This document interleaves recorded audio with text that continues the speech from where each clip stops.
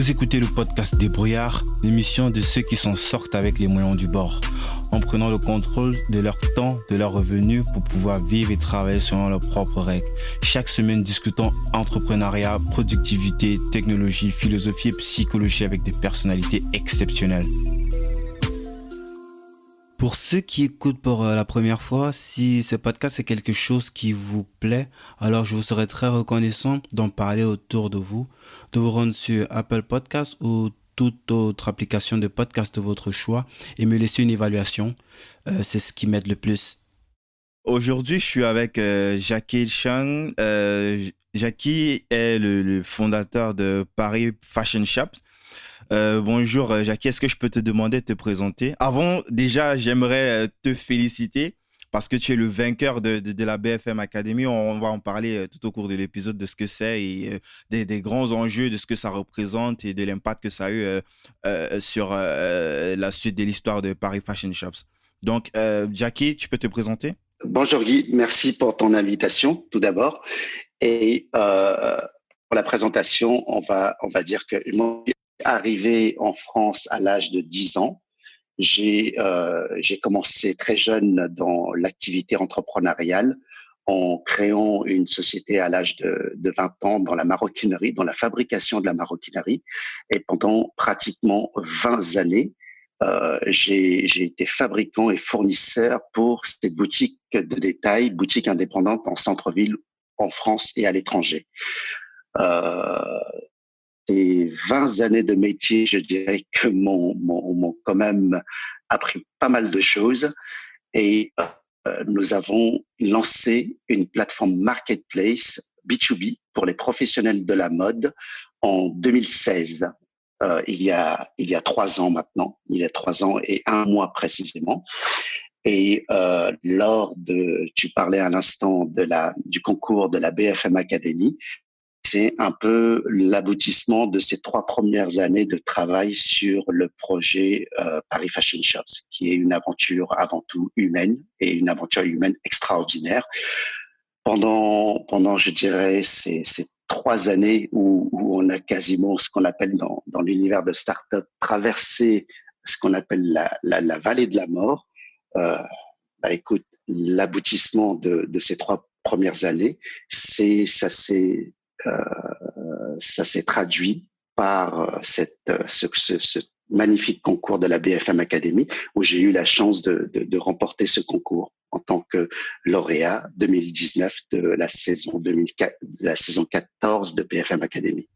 Ouais, pour que les gens comprennent bien, est-ce que tu peux un petit peu dire ce que ce concours représente en fait? Parce que c'est pas juste un concours standard comme on a l'habitude de le voir en termes de visibilité, en termes d'opportunités. Est-ce que tu peux un petit peu expliquer aux auditeurs de quoi il est question, la BFM Academy, le concours de la BFM Academy? Alors, BFM Academy, BFM Business organise chaque année ce concours qu'ils appellent le concours de la BFM Academy où tu as 500 candidats, sociétés en stop qui postulent pour justement participer à ce concours. Sur ces 500 candidats, il y a 65 candidats qui sont retenus pour pitcher. C'est déjà la première étape au mois de mars. Moi, j'ai eu cette occasion-là d'être retenu parmi ces 65 candidats pour pitcher, pour présenter ta société, ta start-up. Et une fois que le pitch est fait, il y a une sélection par BFM Academy, par les 4 jurys, les 4 membres du jury, pour sélectionner 12 candidats pour aller à la demi-finale. Et ces 12 candidats traversent une épreuve, je dirais, de compétition.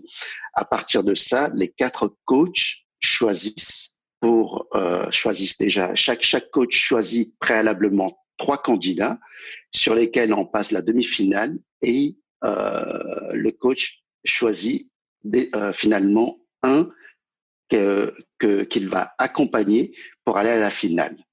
Et la finale s'est passée le 24 juin. Et cette finale où il y a eu quatre finalistes, Et sur ces 4 finalistes, bon, moi, ça passe en direct à la télé et ça permet aux différents finalistes de bénéficier déjà d'une visibilité en termes de la télé sur BFM et sur la radio BFM Business.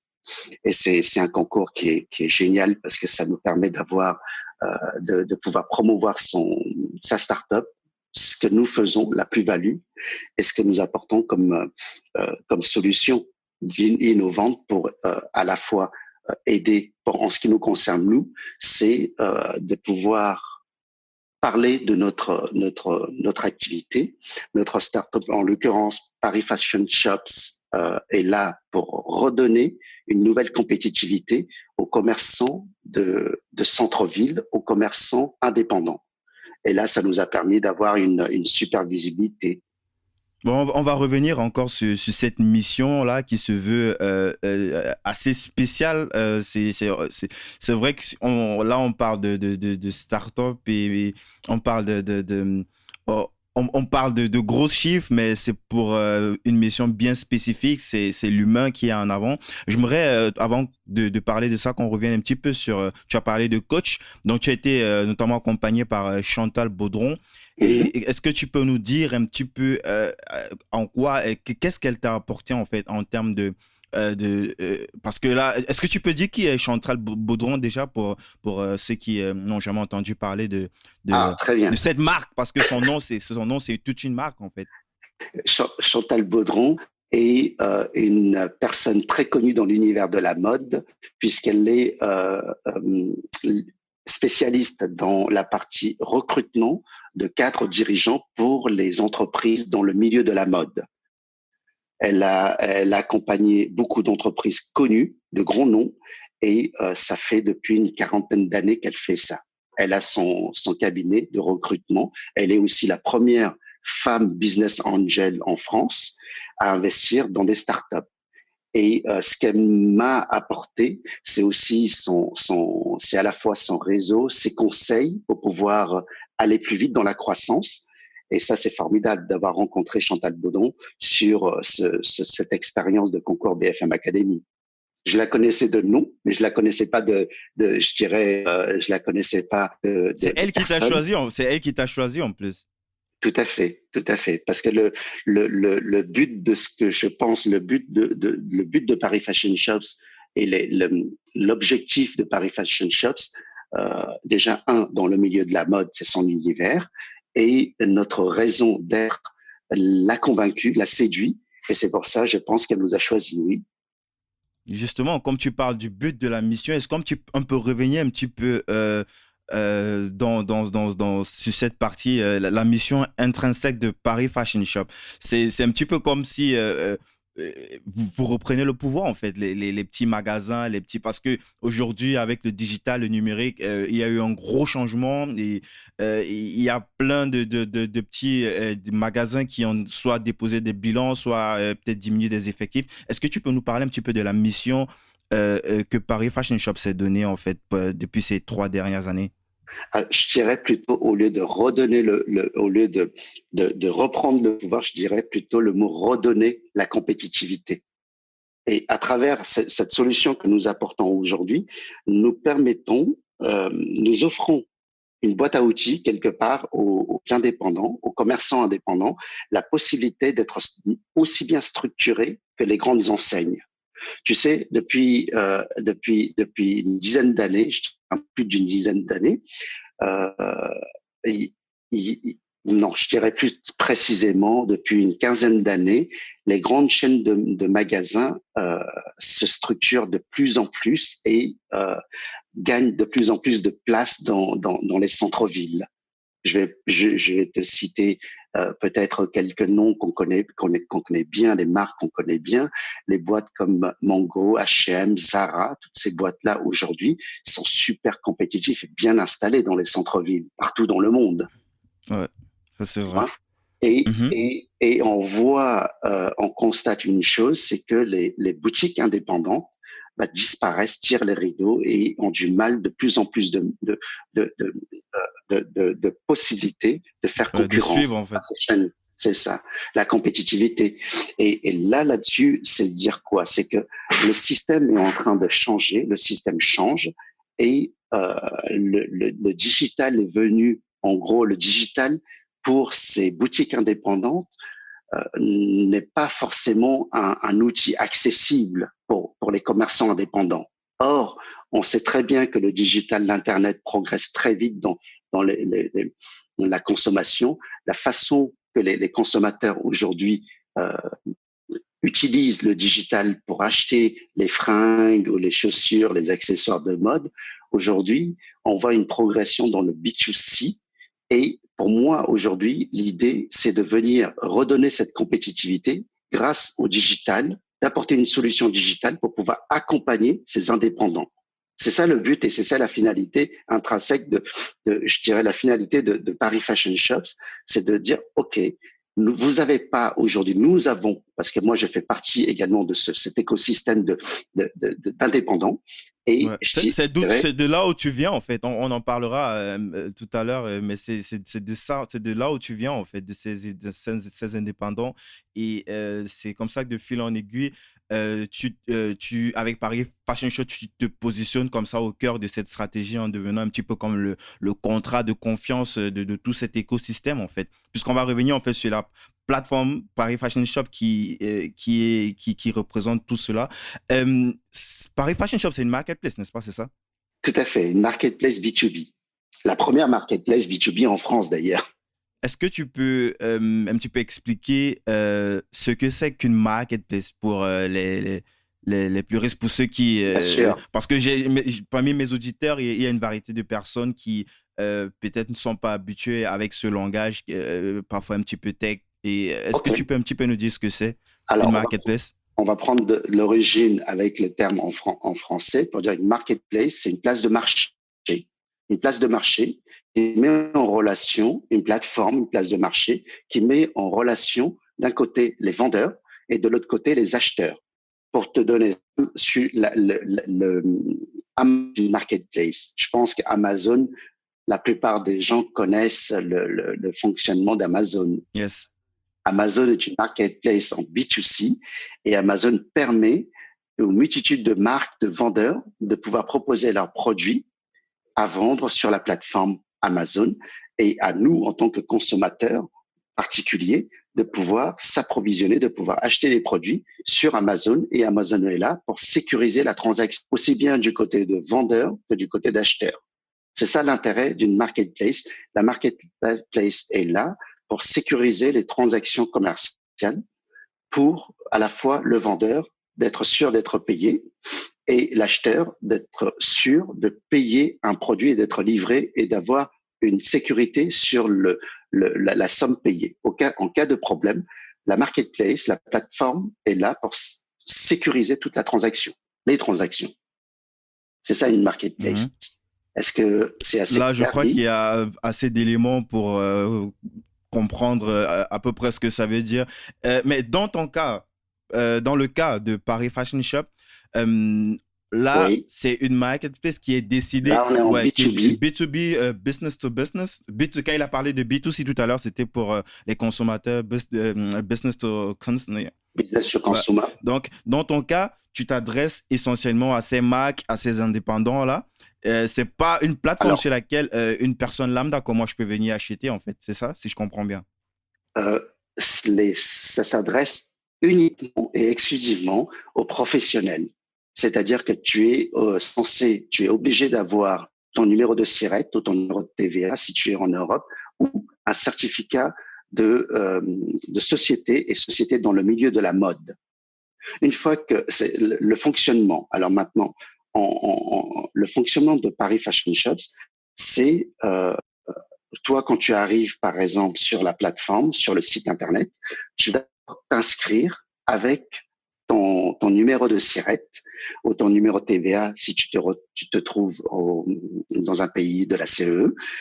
Avec le numéro de TVA ou le numéro de SIRET, nos équipes vont pouvoir identifier si tu fais partie de ce réseau de milieu professionnel de la mode. À partir du moment où ton compte est validé, tu vas pouvoir accéder aux achats, aux tarifs au prix professionnel et tu vas pouvoir acheter pour ta boutique ou ton site internet. D'accord? Donc, essentiellement aux professionnels. Et est-ce que là, parce que le nom justement de tout ce mouvement, c'est Paris Fashion Shop, est-ce que là, on reste dans le milieu parisien, juste dans Paris, ou est-ce que moi, par exemple, qui suis en Allemagne et j'ai ma boutique ici en physique et j'aimerais me fournir en produit de ta plateforme, est-ce que moi, est-ce que je peux faire valider mon SIRET étant donné que je vis hors de Paris, dans un autre pays en tout cas? Alors, pour te donner la définition du nom Paris Fashion Shops, nous avons appelé Paris Fashion Shops parce que pour moi, Paris, c'est un peu la capitale de la mode française et la capitale également de la mode dans le monde entier. Fashion, c'est parce qu'on s'adresse essentiellement et exclusivement à la clientèle de la mode. C'est l'univers dans lequel on est. Et Shops, pourquoi nous avons créé cette plateforme? C'est dédié aux magasins en France et dans le monde entier. Donc, Shops, pour répondre à ta question, c'est que Paris Fashion Shops regroupe les fournisseurs avant tout parisiens, c'est-à-dire des fournisseurs, ce qu'on appelle les fournisseurs parisiens. Sentier était très connu pour avoir une quarantaine d'années d'existence, avoir fourni le monde entier en produits mode. D'accord? Yes. Donc, tu peux partout, tu peux avoir une boutique partout dans le monde. Nous sommes capables de te délivrer où que tu sois dans le monde. Excellent.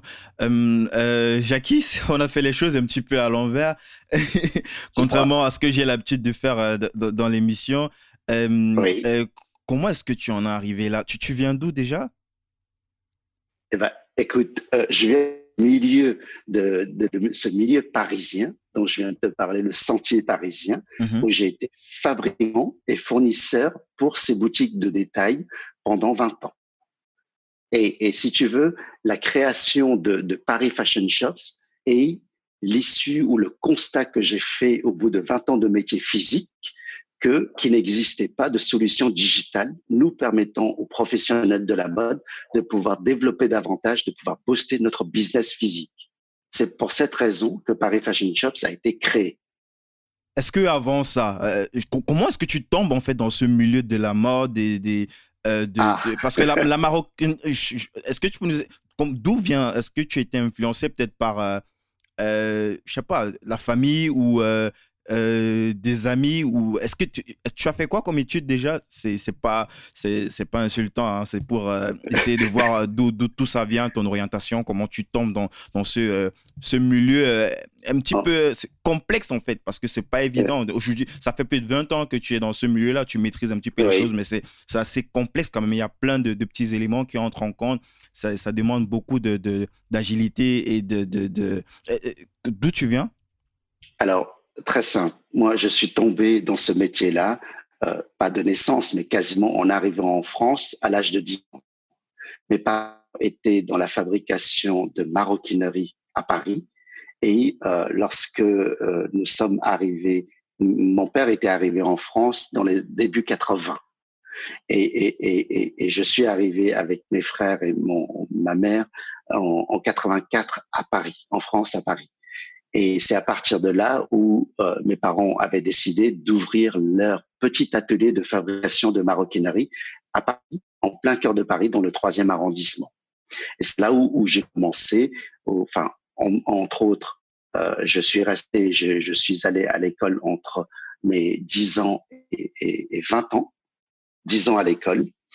Et c'est là où j'ai appris le métier de la maroquinerie dans l'atelier familial parisien. Aujourd'hui, on appelle ces ateliers-là, on pourrait qualifier aujourd'hui de start-up, mais quand il y a trentaine d'années, je dirais que on appelle ça un atelier de fabrication ou un atelier. Des fois, certaines appellent ça atelier clandestin, alors que c'est un atelier qui est pignon sur rue et avec son numéro de SIRET et autre chose. Donc voilà. Mais quelque part, les appellations changent et on aurait pu appeler cet atelier que mon père avait fondé start-up aussi, puisqu'il fabriquait de la maroquinerie. On était un atelier familial, on était pas très nombreux, hein, moins de 10 Essentiellement personnes. la famille ou il y avait d'autres personnes comme ça La, extra? la famille plus de 2, 3 salariés. Tu vois, donc chacun intervient. Comme moi, quand je finissais l'école, bah, j'intervenais pour aider les parents. J'étais là pour bourrer les sacs, emballer les sacs, et au quotidien, on livrait. Pour ceux qui connaissent le sentier parisien, le côté rue du Temple et tout ça, bah, on livrait les grossistes qui étaient installés dans la rue du Temple, dans la rue des Gravilliers ou le sentier. C'est comme ça qu'on faisait au quotidien, et c'est ça qui reflète un peu la réactivité du métier de la mode parisienne. C'est-à-dire que tu passes ta commande aujourd'hui, bah, tes commandes vont être livrées demain ou après-demain ou lundi. Aujourd'hui, on est vendredi, bah forcément, ce sera livré lundi, quoi, dans ton magasin. Ouais. C'est le flux tendu. C'est le flux tendu. Au fait, les grandes enseignes n'ont rien inventé. La fast fashion, Paris, le Sentier, enfin, on avait tout ça dans l'ADN du Sentier. C'est la fast fashion. C'est ça la réactivité, l'agilité des fabricants et des créateurs dans le métier de la mode parisienne.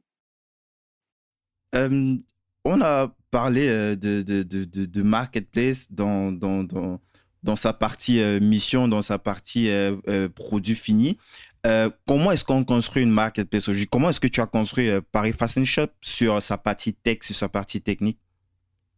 Alors, c'est un peu plus complexe, je dirais, pour ne pas dire très, très complexe. Une marketplace, c'est une multitude de vendeurs, une multitude d'acheteurs. Un acheteur a la possibilité d'acheter chez plusieurs vendeurs à la fois. Nous avons en fait, en lançant la plateforme Paris Fashion Shops, nous avons créé à la fois, en même temps, 3 startups. Je vais t'expliquer pourquoi on n'a pas simplement créé une plateforme de mise en relation marketplace. On a créé, au fait, 3 marketplaces, trois unités, 3 business en un, pour être sûr de sa fonctionnalité et de son utilité. La Explique, première chose. parce que Oui. justement, moi, je m'attendais à avoir juste 2 entités, euh, la partie les revendeurs et ceux qui viennent acheter, mais là, tu parles de 3. Tu vas probablement nous expliquer tout à l'heure, mais Oui. je vais peut-être anticiper. Est-ce que c'est parce que vous vendez aussi vous-même vos propres produits sur la marketplace?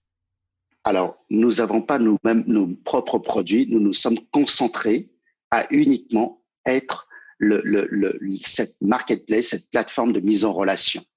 OK. Nous avons plugué depuis 3 ans maintenant plus de 650 vendeurs, et nous avons plus de 100 000 clients inscrits sur la plateforme à aujourd'hui, des professionnels. C'est ça qui permet cette transaction sans plus de 100 000 Constamment dans en le flux monde entier. tendu, avec un nombre aussi. C'est Bah, constamment en flux tendu, forcément, parce que là, ça doit être un trafic de malade. Ça doit être tout le temps. des centaines de colis qui partent au quotidien, que nos équipes regroupent. Tu vois, c'est pour ça que ce qui est important, c'est de souligner ce côté, ces 3 activités en même temps. La OK. première activité, bien entendu, c'est la marketplace, la plateforme de mise en relation qui permet aux vendeurs et aux acheteurs de pouvoir se retrouver, Mhm. de faire du business. Yes. Je dirais la deuxième activité, c'est ce que j'apporte comme boîte à outils du côté des vendeurs. Du côté des vendeurs, ils ont cette boîte outils de production digitale où nous digitalisons le catalogue physique. Ça, c'est vachement important parce que c'est ça qui permet d'avoir ce contenu en permanence renouvelé au quotidien.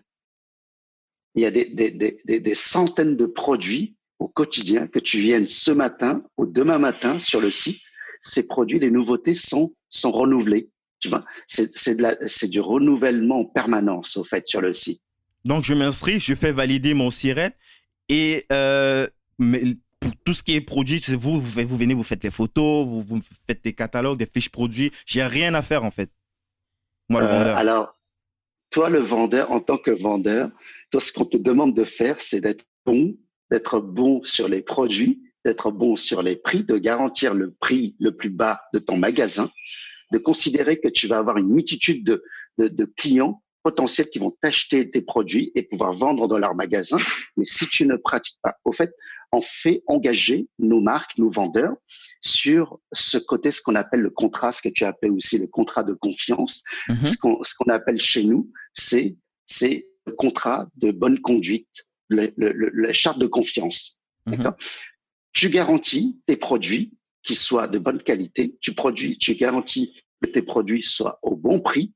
Et là, à partir de ça, nos équipes, nos studios photos vont digitaliser tes produits et intégrer tes produits de façon instantanée pour que tes produits soient en vente immédiatement. Dès que tu as de la nouveauté, tes produits sont en vente sur le site.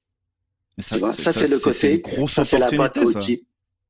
En Parce plus, que c'est gratuit. Tu te rends compte? ça coûte une blinde de faire tout ça par soi-même si il y a cette Bien sûr. possibilité. Une journée de shooting, si tu veux, en moyenne, une journée de shooting pour une centaine de produits, c'est 2 000 €. C'est ça qui coûte aujourd'hui à une marque ou à un fabricant de faire shooter ses collections, digitaliser ses produits, sans compter de tout ce qui est descriptif, de tout ce qui Ouais, est fiche produit et tout. intégration, fiche produit et tout ça. Tu vois? Yes. Donc, ça, c'est un coût qui est énorme pour une marque, pour un fabricant, pour un grossiste. Difficile de prendre ça en compte. Avec les produits qui changent tout le temps, en fait. Ça veut dire, c'est pas que tu fais juste une journée de shooting photo. C'est quelque chose qui se répète de temps en temps à chaque fois qu'il y a de nouveaux Alors, produits, en fait. alors globalement, si je prends le fonctionnement d'une marque, c'est la collection de mise avant saison, c'est-à-dire la première collection, et ensuite au cours de la saison, une saison dure 6 mois. Au niveau de la mode, c'est printemps-été et automne-hiver. Là, Yes. au mois de juillet, août, vont commencer les collections de automne-hiver qui vont se vendre jusqu'à mois de décembre, d'accord? Et au mois de janvier commence la collection de printemps-été. C'est par période de 6 mois, une saison. Et sur cette base-là, nous commençons là déjà à vendre de l'hiver, de l'automne-hiver pour les boutiques. Ça veut dire que ces marques aujourd'hui ont déjà la pré-collection de automne-hiver qui vont être dans les magasins qui sont déjà dans certaines boutiques branchées ou dans certaines boutiques, en même temps que les boutiques sont en train de solder leur collection de printemps-été, mettre en avant les nouveautés automne-hiver. C'est ce qu'on appelle les pré-collections. Et là, aujourd'hui, beaucoup de détaillants, beaucoup de boutiques indépendantes aujourd'hui, en France ou dans le monde entier, approvisionnent la nouveauté. Ça veut dire que sur le site aujourd'hui, si tu es inscrit, si ton inscription est confirmée, tu as la possibilité aujourd'hui d'accéder déjà à cette pré-collection. C'est un avantage. Au lieu d'attendre les salons pour aller acheter sur les salons physiques, ou attendre que les représentants ou les commerciaux passent te voir dans ta boutique pour pouvoir te présenter les collections, le digital permet d'accélérer tout ce process à moindre coût. C'est-à-dire que toi, tu as une boutique aujourd'hui en Allemagne, en France, en Belgique, en Suisse, au Canada, aux États-Unis ou n'importe où dans le monde, tu as la possibilité en quelques clics de pouvoir accéder à ce catalogue de ces multitudes de créateurs, de marques, de fabricants, de grossistes, de pouvoir commander et être livré en instantané. C'est ça la force de Paris Fashion Shows, tu vois. Mm-hmm. Alors, moi, je t'ai parlé de la boîte à outils ou le côté production digitale de contenu catalogue. Ça, Yes. c'est la deuxième activité. Et la troisième activité s'adresse aux boutiques indépendantes. La troisième activité, du côté du client, je dirais que nous apportons cette solution de transport, cette solution de groupage de livraison. Ça veut dire quoi? Ça veut dire qu'à la fois, c'est économique et à la fois, c'est écologique parce que nous permettons justement de consolider les commandes en une seule fois et de pouvoir expédier. Économique parce que le client final, le client va payer beaucoup moins cher ses frais de port, ses frais de transport. Ouais. Et également écologique parce que au lieu d'expédier chacun de son côté, une dizaine d'envois, nous allons grouper ta commande chez une dizaine de fournisseurs, tout en un, ouais. Tu vois, en un, pour que ça soit moins cher pour toi en tant que client et en même temps que ça arrive chez toi en une seule fois. Tu es commandé 10 colis, 20 colis, 30 colis, ça va pas arriver 20 fois, 30 fois dans ton magasin. Ça va arriver une seule fois chez toi. Même si Tu tu vois? l'as pas commandé, même si tu as commandé peut-être un colis aujourd'hui et demain un autre colis, ça sera toujours regroupé ou...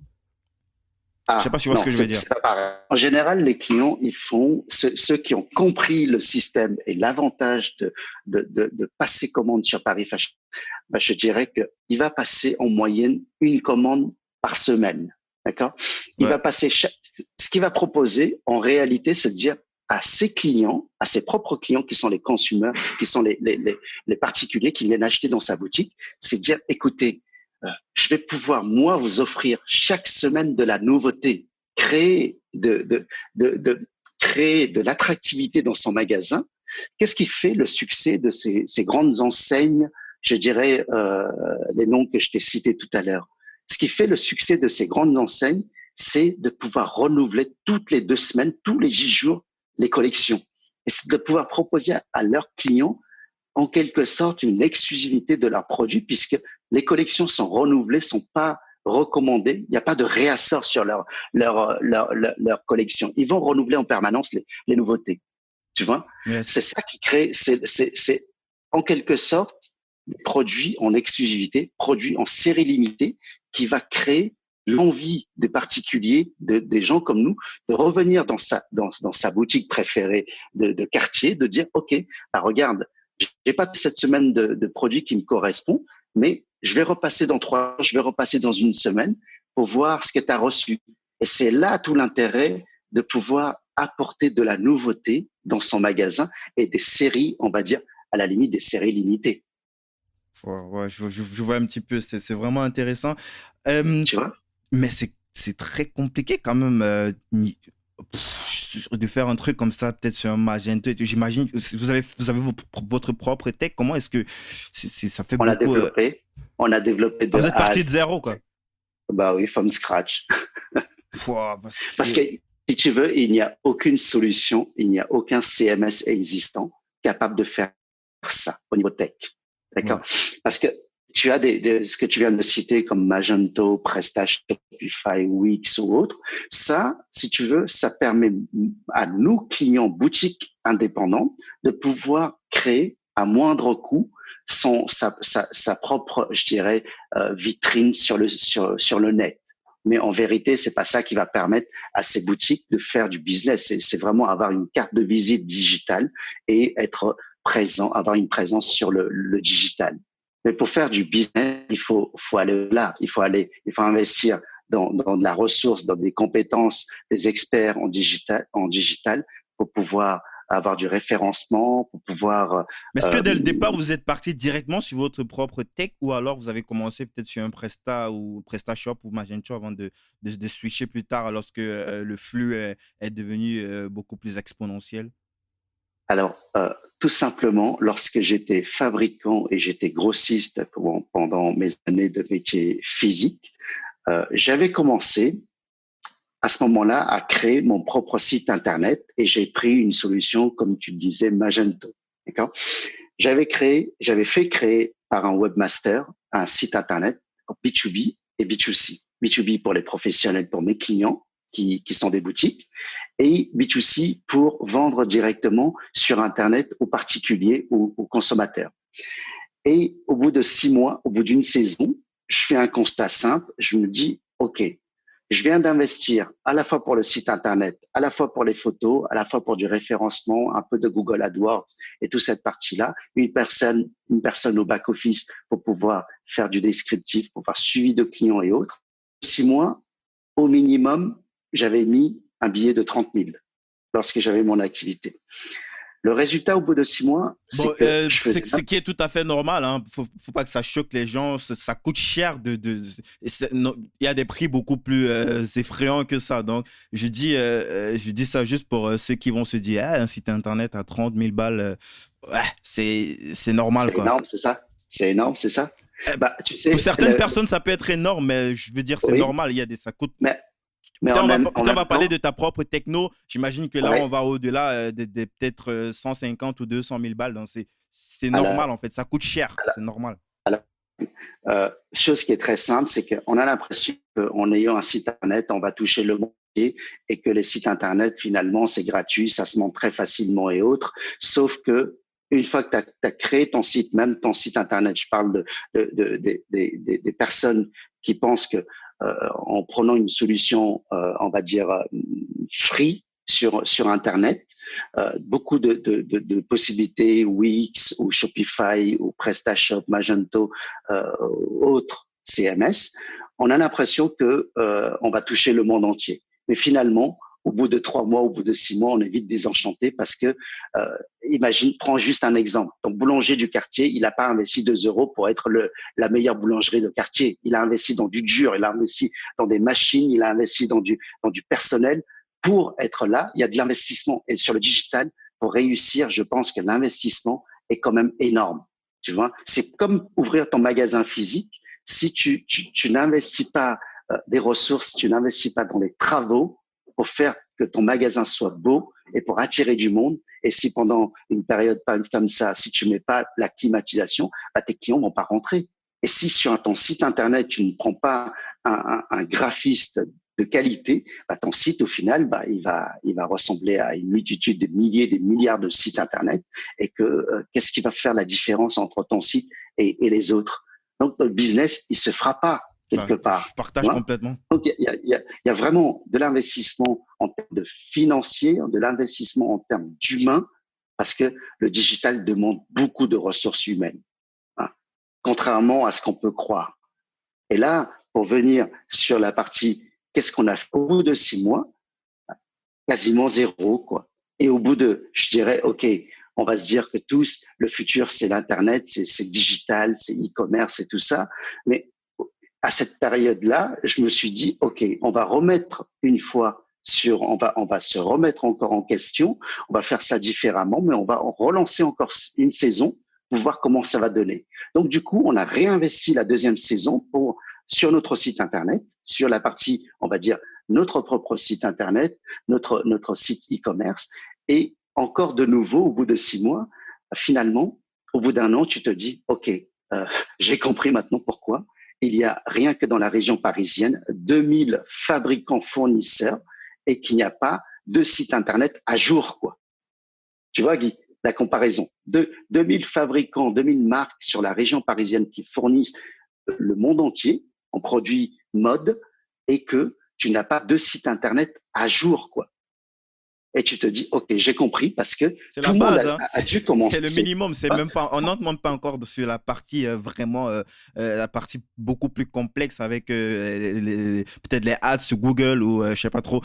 Et juste la mise à jour du site, en fait, c'est la base, c'est le minimum. Et tu as plus de 2000 personnes qui sont pas actualisées sur ce point-là. Donc, ça crée déjà un point différenciant, en fait, pour se positionner. Au fait, le constat que j'ai fait, c'est que, déjà, il n'y avait pas d'acteurs sur la partie B2B et tout le monde sur la partie B2C, des plateformes, des sites Internet, tu sais, Zalando, Azos, tu as les VP, les showrooms privés, les Amazon, les Redoutes, la Redoute, les Galeries Lafayette, tu as beaucoup de plateformes, tu vois, mais tu n'as pas de B2C, mais tu n'as pas de plateforme finalement B2B, parce que c'est un métier qui est atypique, c'est un métier qui est très spécifique. C'est un autre métier, et il faut vraiment, il fallait être du métier pour construire cet outil pour ces gens du métier, tu vois. Mm-hmm. C'est ça le truc. Donc, c'est le constat qu'on a fait. On a dit, OK, bon, écoute, puisque cet outil n'existe pas, faut le créer. On va créer cet outil. Donc, du coup, on a eu cette idée de dire, OK, tout le côté positif des fabricants, des grossistes, des créateurs, et tout le côté négatif où on va dire on n'est pas bon sur la partie digitale, on n'est pas bon sur la partie web. Donc, du coup, nous, avec mes équipes, on est venu pour dire, OK, maintenant, il faut arrêter de déconner, il faut créer cet outil. Et c'est comme ça qu'on a démarré cette aventure Paris Fashion Shops. Excellent. Tu es tout seul? Tu as des associés? Oui, beaucoup. En fait, c'est une affaire toujours la famille. Toujours. Oui. C'est une affaire familiale. Et c'est une affaire familiale avant tout. Et on a démarré cette aventure avec très vite en ouvrant le capital parce que c'est un projet ambitieux, c'est un projet à grande ampleur. Et on s'était dit, OK, écoute, la vallée de la mort des startups, c'est 3 ans. Quoi qu'il en soit, tu seras obligé dans 3 ans d'activer le bouton fonds d'investissement. Si ça marche, tu seras obligé d'activer parce que tu auras besoin de beaucoup de sous pour pouvoir aller au-delà, tu vois. Et si ça marche pas, tu auras perdu 3 ans de ta vie et tes économies. Donc, en gros, on a activé cette possibilité dès le départ et de dire, OK, Et on a eu vous avez un commencé avec super combien? fonds. C'est quelque chose que tu peux communiquer sur Alors, beaucoup de choses en confidentiel parce que c'est régi par un pacte d'actionnaires avec nos fonds nos actionnaires. Mhm. Et ce que je peux te dire, c'est que ça demande beaucoup d'investissement en termes humains, en termes financiers. Donc, ces 3 premières années qu'on vient de passer, ce sont 3 premières années d'investissement, de lourd investissement, de travail, où on a aujourd'hui plus de 30 collaborateurs qui travaillent au quotidien sur cette aventure, sur ce projet. Et les résultats sont là aujourd'hui, Mm. heureusement. Moi, j'ai autour de moi plein de personnes comme ça, des potes ou des connaissances en moi qui ont lancé des startups et puis je vois généralement quelques mois après, ils sont dans une optique où ils veulent faire des levées de fonds et tout. Toi, qu'est-ce que tu dirais, par exemple, dans ton cas, quand est-ce que on se trouve dans une phase où on devrait faire une levée de fonds? Pourquoi, à quel moment est-ce que tu t'es dit je vais faire et pourquoi je vais faire une levée de fonds? Hum, Lorsque tu fais une levée de fonds, en général, c'est pour accélérer la croissance ou accélérer la tech ou les recrutements pour pouvoir aller plus vite. Je dirais que avant tout, lorsque tu lances ton business, le but en soi, c'est pas d'aller chercher des levées de fonds, si je peux me permettre. Le but en soi, c'est de faire en sorte que ton business soit viable et que ton business puisse aboutir à quelque chose d'intéressant. Mais avant, il y a je dirais beaucoup de jeunes entrepreneurs. Euh, je sais pas, est-ce que au lieu de faire vraiment ce que tu sais faire ou ton l'ADN de ton projet et de ce que tu veux lancer, moi je dirais concentre-toi à travailler que d'aller chercher plutôt les fonds, à lever des fonds parce que ça demande beaucoup d'énergie aussi d'aller chercher des fonds, d'aller Ouais, de préparer des tu vois. decks, des speeches Et et ce tout. temps-là, tu le perds au profit d'autres choses qui n'est peut-être pas forcément bon en la matière. Non. Mais est-ce que tu aurais des signaux comme ça que toi tu penses que ce sont des trucs, des trucs forts qui te disent que là tu as un truc qui marche et peut-être pour traverser, pour passer ce dip en fait entre le moment où tu n'es pas encore sûr de ton projet et le moment où tu commences à toucher des centaines et des milliers de personnes. Est-ce que tu as des signaux comme ça que tu pourrais donner aux gens pour par exemple, qui ont des startups ou qui ne Yeah. savent pas, qui n'arrivent pas à se décider, qui savent pas si c'est utile, quoi, parce que c'est pas tout le monde. Il y en a plein de startups, ils sont très, ils atteignent des levels très, et puis ils n'ont pas forcément fait de levée de fonds. Pour les autres, je ne sais pas, mais pour mon cas, je dirais que le constat simple, c'est OK, tu as fait un BP qui va être sur 3 ans ou 5 ans ou tout ça pour ton business. Le plus simple, c'est de dire, OK, tu as prévisionné peut-être 100 clients qui vont adhérer à ton business. Au dire 100 clients, casse-le en 10, quoi. Je dirais qu'en réalité, tu vas avoir 10% maximum de ce que tu as prévu de faire. Donc, attends-toi à traverser cette vallée de la mort, quoi, de 3 ans, quoi qu'il en soit. Tu vois? Et ça, Ouais, prépare-toi avant, je dirais. Parce qu'autrement, ouais. tu vas être découragé ou tu vas être déçu. Mais si tu te prépares à l'avance et tu te dis, OK, j'ai prévu qu'il va y avoir, j'en sais rien, en tout cas dans notre métier à nous, c'est un marché globalement qui est de 150 milliards annuels en France dans le métier de la mode, tu vois. Mais en même temps, tu te dis, OK, si tu arrives à toucher 10% de cette clientèle-là, c'est 15 milliards. Quelque part, tu vas dire, OK, si tu as prévu de toucher 10%, casse encore en 10, tu vas toucher peut-être 1%. Et si tu arrives à toucher déjà 1% de ce marché-là, c'est déjà énorme. Tu vois. Donc, n'hésite pas à, je dirais, s'il y a une façon de faire, je dirais, soyons bien sûr optimistes, mais lorsque la réalité, c'est encore autre chose. La réalité de ton business, c'est de réaliser le concret, ce que tu vas avoir réalisé sur les 3 premières années. Prépare-toi à traverser ce qu'on appelle cette vallée de la mort avec les sacs de sable sur ton dos et vas-y quoi. Tu vois, et c'est la réalité de ce qu'on traverse pendant ces 3 premières années. C'est au quotidien, c'est le quotidien. C'était le quotidien de mes équipes, c'était mon quotidien, et on a traversé tout ça. Tu vois. Jackie, ça fait plus de 10 ans que tu bosses comme, je dirais 20 ans ou peut-être plus, que tu bosses comme ça en famille. Comment est-ce que les décisions se prennent? Je veux dire, comment est-ce qu'il y a un chef, même si c'est tout le monde qui met les mains dans le cambouis? Comment est-ce que comment vous vous concertez? Ça doit être, je sais pas, je m'imagine, ça doit être un petit peu complexe ou pas, ou peut-être je me fais de fausses idées. Comment vous faites pour prendre, parce que parfois, tu sais, dans les startups en général, tu connais, tu es dans le milieu, il y a des décisions qui doivent être prises très, très rapidement, en fait. Et c'est là, s'il faut passer par peut-être par des votes ou par Ouais. que chacun doit donner, ça devient un petit peu complexe, quoi. Il y a parfois une forme de dictature, généralement. Comment vous vous faites entre vous, en famille? Où t'as Ouais, sorti le chef du village et les dictatures. Ouais, Non. ouais, moi je prends un autre cas, c'est comme ça chez nous, c'est comme ça que ça se passe, quoi. Il y a un chef de famille Ah et ouais. c'est lui qui donne le cap et puis les autres ils suivent, quoi. Il y a un capitaine et Ouais. puis tout le reste ils suivent, c'est comme ça. Et puis Bah, je sais pas. au fait, on est beaucoup en mode, je dirais, cerveau collectif. Tu vois, pour moi, c'est plus un travail de co-développement lorsque tu as ta famille, tes équipes.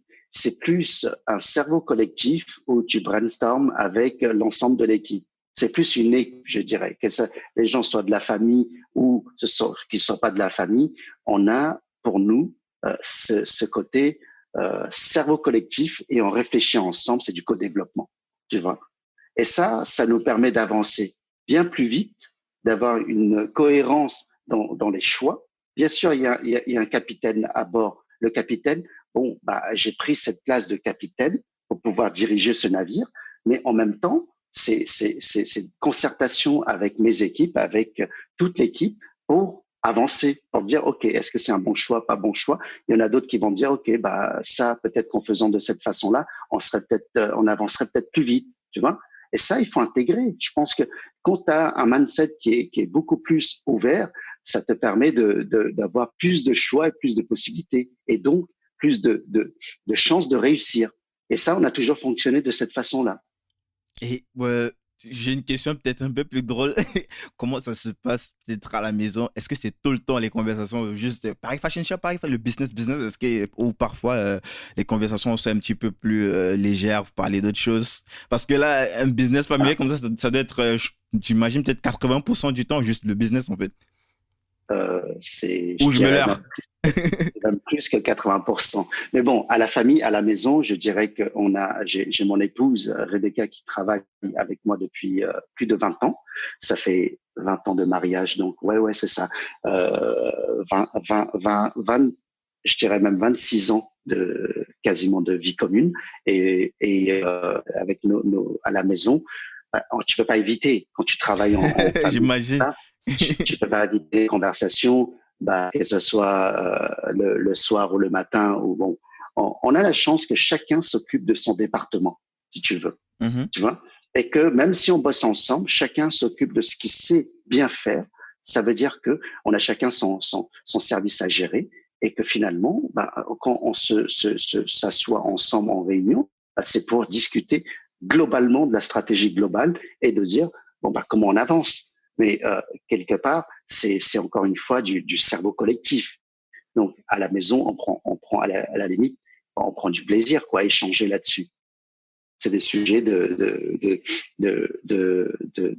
développement, des sujets.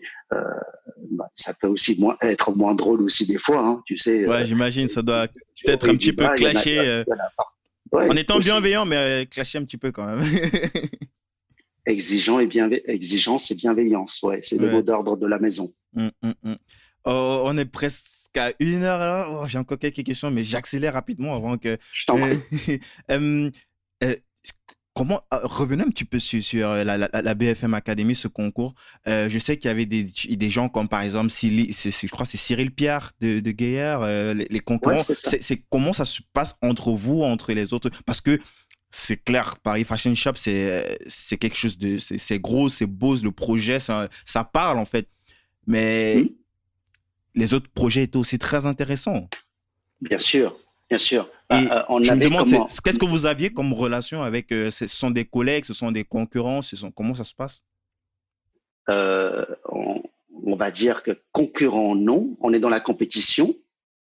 Tu vois, on était dans la compétition et ce que j'ai beaucoup apprécié, c'est ce côté amical, c'est ce côté sympathique. On avait organisé un dîner pour un peu faire la fête entre nous quatre finalistes. Tu sais, Mhm. on s'était dit, écoute, de toute façon, on a tous déjà gagné. Peu importe le gagnant, il va y avoir un gagnant. On s'était dit ça. Ouais, à Il ce va y avoir un stade-là, gagnant. je me permets de Voilà. te couper. Je pense que j'ai aussi écouté, je sais pas trop, une interview, je sais plus trop, ou peut-être sur LinkedIn, de Cyril, où il disait que même s'il n'a pas gagné en termes de réseau, en termes euh, il y a eu quelque chose, quoi. Quelque chose s'est passé, ça a eu un impact sur son entreprise. Et j'imagine que le fait que tu dises que vous quatre, vous avez déjà gagné, c'est que quelle que soit l'issue du résultat final, il y avait déjà beaucoup de choses qui devaient se passer après, quoi. Cette visibilité que vous avez eue, ne serait-ce en étant déjà à ce stade des quatre finalistes, en fait. Quand tu as des gens sympathiques autour de toi et que on partage la même conviction entrepreneuriale, on s'était dit, OK, les gars, on va faire la fête, quoi. C'est ça le truc, tu vois. Non, mais c'était vraiment super sympathique. Et on était là, on se disait, OK, on se tenait les mains pour dire, bon, bah, il va y avoir un gagnant. Et le truc, il est là, la visibilité, c'est la notoriété. Et on est à la finale de la BFM Academy, quoi, quand même, tu vois. Excellent. Jackie, dis-moi, avec tout ça, ce brouhaha entre la famille, tout ça, ce gros, ce Paris Fashion Shop qui est devenu très, très, très gros parce que on a parlé du flux tendu et tout.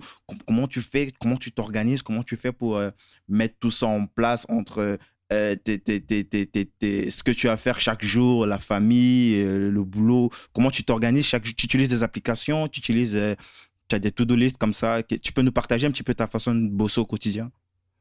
Il y a un process en route. Il y a un process. On est encore tout petit, hein, Guy. On n'est pas, même si tu vois, pour toi, quand tu dis, OK, c'est la famille, c'est le développement et tout ça, mais finalement, on est une toute jeune start-up qui a 3 ans. Tu vois, qui vient de traverser cette vallée de la mort et elle a 3 ans. Et aujourd'hui démarre à travers BFM Academy l'étape 2 pour moi, qui est l'étape de commencer la communication, commencer aussi à rentrer sur la phase 2 du côté marketing, du côté. Ouais, ouais, Ouais, je te coupe parce que en parlant de communication, je crois on s'était parlé ouais. en off. La première fois qu'on s'est appelé, tu m'as dit avant, c'était ta première fois. Tu n'avais pas fait de télé, tout était nouveau. Tu es arrivé et puis on Bah te tend oui, le micro. Et puis, bah oui. Pendant, est-ce que tu peux parler un petit peu de ça, de tes premières interviews en télé? regarde, pendant 20 ans où j'étais dans le métier physique, où je fabriquais et fournissais des boutiques indépendantes et les chaînes de magasins, bah, pendant ces 20 années-là, bah, j'étais un petit peu avec ma casquette de dire, bon, bah, je fabrique et je livre mes clients, tu vois. Ouais. Ensuite, pendant les 3 premières années de Paris Fashion Shops, bah, ce qu'on a fait, c'est que tête baissée, on a pédalé, pédalé, pédalé pendant 3 ans pour pouvoir consolider l'offre. Les 650 vendeurs, les 650 fournisseurs, bah, c'est ce qu'on a fait pendant 3 ans pour rendre l'outil viable. Et là, aujourd'hui, démarre justement cette troisième année et on se dit, OK, bon, bah, c'est à travers BFM Academy, c'est à travers aujourd'hui la presse qu'on va pouvoir montrer ce qu'on a produit pendant ces 3 années. Moi, je viens du terrain, je suis quelqu'un de, je pense, assez concret et pragmatique. Quand je n'ai pas un résultat tangible, je ne vais pas le présenter. Donc aujourd'hui, j'estime qu'au bout de 3 ans de travail avec toute l'équipe, j'estime qu'on a quelque chose de concret et qui est aujourd'hui viable, tu vois. Et c'est là où on se dit, OK, bon, bah, démarrons. Et c'est aussi notre dernière occasion parce que BFM Academy, il y a des restrictions. Il faut pas faire il faut pas dépasser 3 ans d'existence. Il faut pas dépasser une certaine taille, tu vois. Et là, bon, on se dit, OK, on tombe pile dedans. Et c'est l'occasion aujourd'hui d'aller cocher cette case de BFM Academy. Et lorsque j'ai envoyé ma candidature, bien sûr, on rêve tous de la victoire BFM Academy, d'être lauréat de cette saison, mais quelque part, le premier pitch ou la première fois au mois de mars où la journaliste Laure Closier m'a interrogé, j'étais vraiment, j'avais les mains humides, tu vois, j'étais pas à l'aise parce que j'ai jamais communiqué auparavant. Et quand je suis arrivé là, je me dis, OK, bon, ça y est, t'es passé l'étape du pitch et que finalement, le quart de finale ou la demi-finale ou la finale, on va te poser des questions sur ton business. Ton business, tu le connais depuis 25 ans, t'as pas à avoir les mains moites ou machin, tu sais que tu vas, quoi. Quand on parle de ton métier, de ce que tu as fait pendant 25 ans, ça y est, c'est le quotidien, c'est les conversations entre potes. Bon, c'est une conversation comme ce que nous avons là maintenant. Et là, on dit, OK, bon, là, tu es à l'aise, t'es poisson dans l'eau, quoi. Tu vois? Ouais, et c'est surprenant parce que quand on regarde en fait en vidéo, en télé, la façon dont tu t'exprimes avec une telle sérénité, on dirait que tu l'as fait toute ta vie en fait. Et c'est ça qui était surprenant. Je pense que je te l'ai dit aussi en off. Vraiment, moi je pensais que tu avais eu l'habitude de faire des télés, quoi. Il y a une sérénité avec laquelle tu t'exprimes et tu es convaincu de ce que tu dis en fait. On sent que on est convaincu en fait. Ça nous parle complètement, quoi. Tu sais, Guy, moi, je dis toujours, quand tu parles avec ton cœur, les gens te comprennent. C'est ça le truc.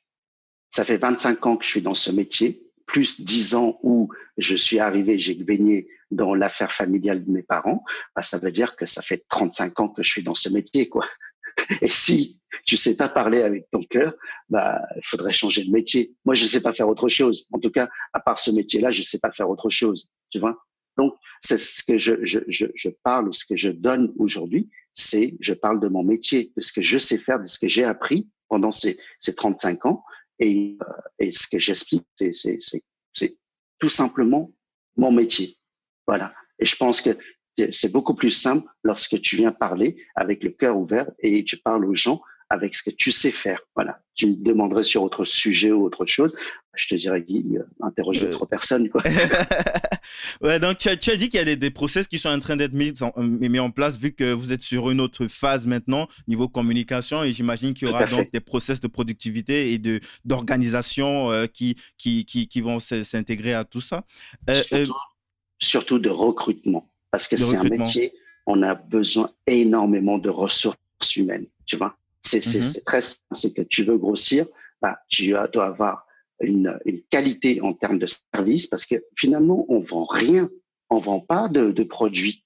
Nous, ce qu'on apporte, c'est un service, une plateforme, avec la partie service de digitalisation, tu vois, avec la partie service logistique. Mais le SAV aussi, service après-vente et tout ce suivi de clients, de feedback. Bien sûr. Tout ça, c'est du service. Et le service, c'est humain. C'est l'humain derrière. Et le défi et le challenge à mettre en place, c'est de dire, OK, il faut avoir les bonnes personnes derrière pour que ces bonnes personnes puissent, tu sais, expliquer, puissent apporter cette qualité de service à nos clients, aussi bien les ventes que les clients boutiques. Tu vois, c'est d'accompagner nos clients à pouvoir développer mieux leur business. Et ça, tu as besoin des experts derrière, au bout du fil, au bout des claviers, au bout de en face de ton ordinateur. Tu as besoin de l'humain. C'est pas les machins qui vont te dire, OK, t'appuies sur ce bouton et tu vas. Non, c'est la personne derrière avec son téléphone et dire, écoute, tu as développé ton business comme ça, Guy, et tu veux te développer comme ça. Moi, ce que je vais te dire, c'est que je vais pouvoir te donner, toi, Guy, tu as ton magasin, de te donner la possibilité de créer ta propre chaîne de magasins, finalement. Parce que je vais t'apporter une centrale d'achat digitalisée. Cette centrale d'achat digitalisée, au lieu que tu montes, toi, une centrale d'achat à Paris ou pour faire du sourcing, pour faire les achats, pour contrôler la qualité, ce travail-là, c'est le travail qui est fourni par Paris Fashion Shops et toutes ses équipes. Tu vois? C'est ça le métier qu'on apporte aujourd'hui. Jackie, est-ce que tu as des regrets aujourd'hui? Est-ce que tu as des choses que tu aurais voulu faire autrement? Si par exemple, tu as cette possibilité de revenir derrière et de dire au petit Jackie de 20 ans, qui bossait déjà en famille, certes, mais qui était plus en train de se professionnaliser sur cette partie indépendante. Est-ce que tu as des choses comme ça, avec le recul, euh, avec, euh, avec le fait que tu as pris de la bouteille, est-ce que tu as des choses que tu pourrais te dire comme ça euh, à toi tout jeune, lorsque tu avais 20 ans? Euh, pour répondre à ta question, est-ce que j'ai des regrets ou pas? Je dirais que dans la vie, dans tout ce que j'ai entrepris, mon fonctionnement, est-ce que j'apprends à mes enfants, ou également deux garçons de 14 et 17 ans, jamais avoir de regrets sur ce qu'on décide. Le mot regret n'existe pas, on n'a pas le temps au regret. Le seul truc, c'est de dire, si tu as pris une décision sur quelque chose, vas-y jusqu'au bout. La détermination, tu vois. Yes. Et je vais pas te parler des 4D, mais disons que c'est quand même important parce que ça, c'est quelque chose, les 4D, le facteur de succès. Moi, je dirais, ce serait de dire, OK, notre premier D, c'est quoi? C'est le désir de faire quelque chose de grand, le désir d'apporter une solution capable d'aider les commerçants à développer leur business. La solution, bon, elle est là. C'est ce désir-là. Le deuxième D, pour moi, c'est la détermination d'aller jusqu'au bout de ce projet. Et ça, on est des barjots, dit. On est des barjots parce qu'on était déterminés. Tu vois. C'est pour ça qu'on n'a jamais laissé tomber. La première année de Paris Fashion Shops, crois-moi, on a eu 365 chances, 365 jours de possibilité de déposer le bilan. Tu vois. Mais on n'a jamais lâché. On n'a jamais douté de ce projet. Le troisième D pour moi, c'est le dévouement. Et justement, tu recommences jusqu'à ce que ça marche. Et le quatrième D pour moi, c'est la discipline. C'est ce qui vient souder les trois premiers D. Tu vois, c'est le ciment des trois premiers D. Et c'est ça que j'explique à mes garçons et également à nos équipes, de dire, voilà pourquoi on est là aujourd'hui. Si on est là aujourd'hui, c'est qu'on a respecté ces 4 D et au quotidien, ça fait partie un petit peu de notre trajectoire et dire voilà, pourquoi on cogne et pourquoi on est arrivé à sortir justement la tête hors de l'eau au bout de 3 ans, quelle boîte aujourd'hui est rentable et qu'on passe à l'étape 2. On ira à l'étape 3 prochainement, l'étape 4 et ainsi de suite, mais on a ce désir avant tout de faire quelque chose, de réaliser quelque chose de grand et c'est ça qui nous motive au quotidien. Et c'est ça qui, tu te dis, OK, go, quoi. Mais il n'y a pas de place pour le regret, forcément. Excellent. Est-ce que tu as des bouquins comme ça que tu recommandes souvent? Peut-être un en particulier qui t'a marqué? Jim Collins, de la performance à l'excellence. De la performance à l'excellence. On va bien sûr mettre en description pour ceux qui s'intéressent. Tu sais, il y a une question. Et également du même auteur, Bâtir pour durer. Ça Bâtir pour durer. Top. Tu sais que sur Facebook, il y a une question qui pose souvent en interview là. Que ferais-tu si tu n'avais pas peur? Est-ce que ça te parle? Qu'est-ce que toi tu ferais si tu n'avais pas peur? Tu vas me dire que tu n'as peur de rien. Que ferais-tu si tu n'as pas peur? Si tu n'avais pas peur, ouais. J'imagine que chacun a au fond de lui forcément une grosse peur qui l'empêche peut-être de faire des trucs les plus fous. Tu sais, avoir des doutes, c'est normal, Guy. Et avoir peur, je pense que c'est aussi normal. Les doutes, ou tu peux qualifier ça de doute ou de peur, tu sais, quand tu te poses ces questions lorsque tu traverses cette vallée, tu vois, tu te poses des questions quand même. Est-ce que tu as fait le bon choix en tant que chef de famille? Est-ce que tu as fait le bon choix en tant que chef d'entreprise? Est-ce que en tant que dirigeant d'entreprise, tu as fait ce bon choix d'aller dans cette direction-là? Tout ça, ce sont des choses où je dirais, cette peur, ce doute ou cette crainte, tu gardes ça en toi, quoi. Tu vas pas l'exprimer, tu vas pas véhiculer ces doutes vis-à-vis de tes équipes. C'est pas possible. Ça, quand tu es seul, tu te dis, OK, purée, c'est normal. Est-ce que j'ai fait le bon choix? On a tous des crédits à payer, des engagements, des ci et des ça, tu vois. Mais ça fait partie de la vie. Maintenant, Yes. je pense qu'il faut surmonter cette peur et dire, OK, il faut y aller. De toute façon, ta vie, elle est là. Hein. Qu'est-ce que tu perds? Finalement, c'est un pari. Paris Fashion Shop, c'est aussi un pari. C'est beau, wow. Hein, Tu vois? Le jeu de mots, il a réussi. Bah, Paris Fashion Shop, c'est un pari. qu'est-ce que je dirais même le pari de Pascal. Le pari de Pascal, c'est quoi? C'est qu'est-ce que tu perds à y croire. Moi, j'y Yes. crois, tu vois, Mhm. j'y crois profondément qu'on va y arriver, qu'on est en train de le faire, tu vois. Et en même temps, je me dis, bah, qu'est-ce que tu perds? Si tu n'y arrives pas, qu'est-ce que tu perds finalement? Tu vois? Mais qu'est-ce que tu as à gagner si tu y arrives? Et justement, en pensant Ouais. à ça, on dit, OK, le verre à demi plein ou à demi vide, bah, vois-le à demi plein, c'est mieux. Ouais, Restant optimiste. c'est facile de vite choisir là. Hein. Euh, C'est, le- il faut s'entourer des bonnes personnes et des personnes qui soient, tu sais, des personnes qui soient enthousiastes. Moi, je pense que c'est qui se ressemble, s'assemble. Et moi, pour moi, c'est vachement de m'entourer des bonnes personnes, des personnes avec des ondes positives. Tu vois, ça, c'est yes. important.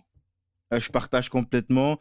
Les possibilités sont tellement immenses. Comme tu l'as dit, tu n'es qu'à la phase 3, même si c'est déjà à saluer avec Phase tout ce 2, qui a été fait. phase 2, Phase phase 2, 2. pardon, phase 2. C'est à saluer parce qu'il faut aussi se réjouir des succès.